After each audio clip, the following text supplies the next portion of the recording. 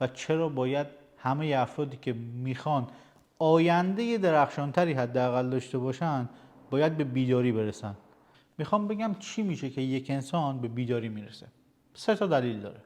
یک، اولین دلیلش به نظر من اینه که از گذشته خسته است، از شکست هایی که مدام براش پیش اومده خسته است، از نشدن ها خسته است، از بدرفتاری ها خسته است، از نادیده گرفتن ها خسته است. به نظر من خودم توی این اوضاع بودم و یکی از اصلی ترین دلایلی که من خودم بیدار شدم همین بوده.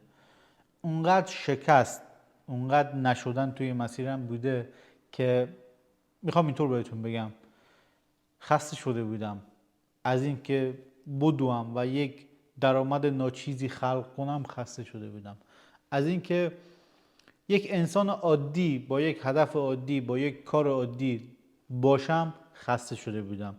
شاید شما هم الان همینطور باشید. از این وضعیت باید خسته شید و تا خسته نشید از گذشته خودتون بیدار نمیشید.